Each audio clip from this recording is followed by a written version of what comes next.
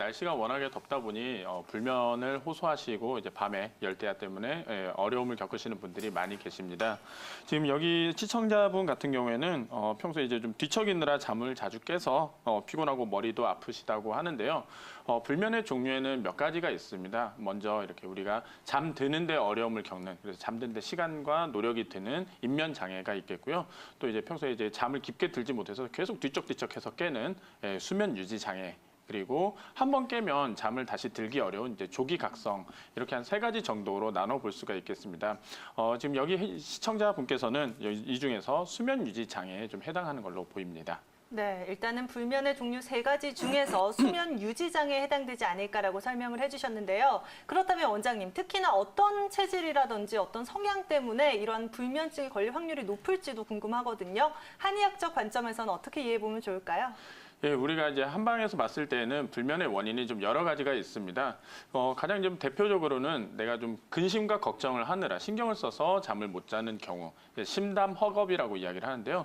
심장과 담의 기운이 떨어져서 내가 근심 걱정이 많아지는 경우를 이야기를 합니다. 우리가 일상에서 좀 많이 어떤 이제 일이 생기고 근심 걱정이 있으면 잠을 못 들고 뒤척뒤척하는 경우들이 있을 수 있겠고요.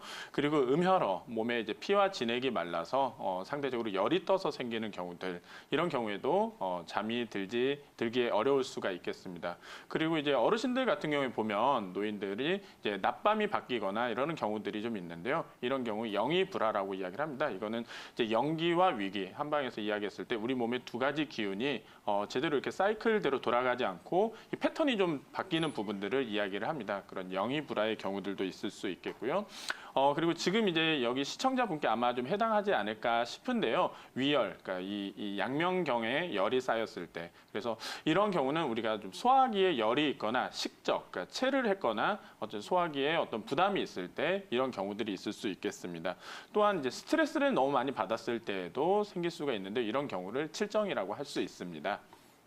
그렇다면 김정현 원장님, 이 밖에도 우리 수면의 질을 좀 높일 수 있는 팁이 있다면 어떤 것들이 있을까요? 이제 수면을 취하기 위해서 우리 몸에서 중요한 부분 중에 하나가 이완이 돼야 됩니다. 이제 긴장을 하고 있으면 그만큼 수면을 취하기가 어려운데요. 이렇게 좀 이완을 시키는 좋은 방법들이 몇 가지가 있습니다. 이제 하나는 낮에 운동을 하는 겁니다. 낮에 운동을 하고 나면 몸이 노곤해지면서 밤에 잠을 자기가 좀 더 편할 수가 있고요. 또 이제 잠들기 전에 따뜻한 물로 샤워를 해주면 몸에 이제 긴장들이 풀리면서 좀 더 잠들기가 쉬울 수 있습니다. 그리고 특히나 자기 전에 과식을 하는 경우, 지금 아마 여기 시청자분께서 이 정도에 해당이 되지 않을까 싶은데요. 과식을 하거나 좀 이랬을 경우에는 아무래도 위장관이 긴장을 하기 때문에 그만큼 더 잠이 들기가 어려울 수가 있겠고요. 그리고 이제 동의보감에는 신침이라고 신기한 베개를 이야기를 하죠. 이제 신침이라고 해서 천궁, 당귀, 백지 이런 이제 약재들 한 32가지의 약재를 넣어서 만드는 베개에 대한 이야기가 나와 있습니다. 이 베개는요. 1년만 베면 몸에 있는 온갖 병이 다 낫고 몸에서 향기가 풍긴다. 그리고 4년을 베면 흰머리가 검어지고 빠진 이가 다시 나오며 귀한 눈이 밝아진다. 이런 이야기들이 이제 동의보감에 나와 있는데요. 실제로 제가 이 베개를 만들어서 베봤습니다. 근데 이제 머리맡에서 향기가 솔솔 납니다. 지금 여기에 말한 이제 32가지 정도의 약재가 방향성 약재들이기 때문에 현대 아로마 테라피랑 이제 비슷한 효과들을 가질 수 있는데요. 이런 좋은 향기들을 통해서 우리가 뇌가 이제 휴식을 하게 되고 몸이 이완이 되게 되면 훨씬 더 숙면을 취할 수가 있게 되겠습니다. 가슴이 답답한 경우들은 여러 가지들이 있을 수 있습니다. 대표적으로 이제 체한 것을 우리가 많이 꼽을 수 있는데요. 이제 이런 경우에 보면은 그 급체가 있고요. 또 이제 급체가 아니더라도 오랜 시간 동안 이 소화기 운동성이 이제 떨어져서 생기는 식적, 또 과식을 하거나 폭식을 하거나 이런 것들이 습관화됐을 때 나타나는 식적을 꼽을 수가 있겠습니다. 그 외에도 이제 속이 울렁거리거나 아니면 구토를 한다라는 증상을 들었을 때 우리가 또 이제 한방에서 가장 먼저 원인으로 꼽을 수 있는 건 담음이 있습니다. 이 담음이라고 하는 거는 이제 그 잉여의 체액들이 고여서 생기는 건데요. 몸에 이제 순환 기능이 그만큼 떨어져 있는 겁니다. 그러니까 소화기가 운동을 제대로 하지 못하다 보면 여기서 이제 잉여의 체액들이 어떤 울렁거림, 메스꺼움 아니면은 부종 이런 문제들을 가져올 수도 있겠고요.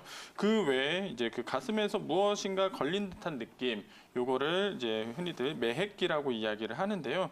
이거는 이제 칠정이라고 하는 그러니까 스트레스로 인한 증상들을 꼽을 수가 있겠습니다.